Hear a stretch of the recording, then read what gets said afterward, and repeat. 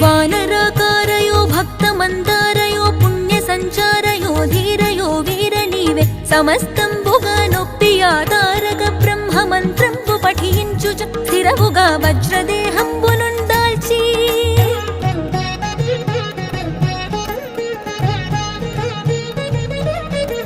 శ్రీరామ శ్రీరామయంచున్ మనఃపోతమై ఎప్పుడుంటప్పకంతలతో నా జిహ్వయందుండి దీర్ఘదేహంబు త్రైలోక్య సంచారి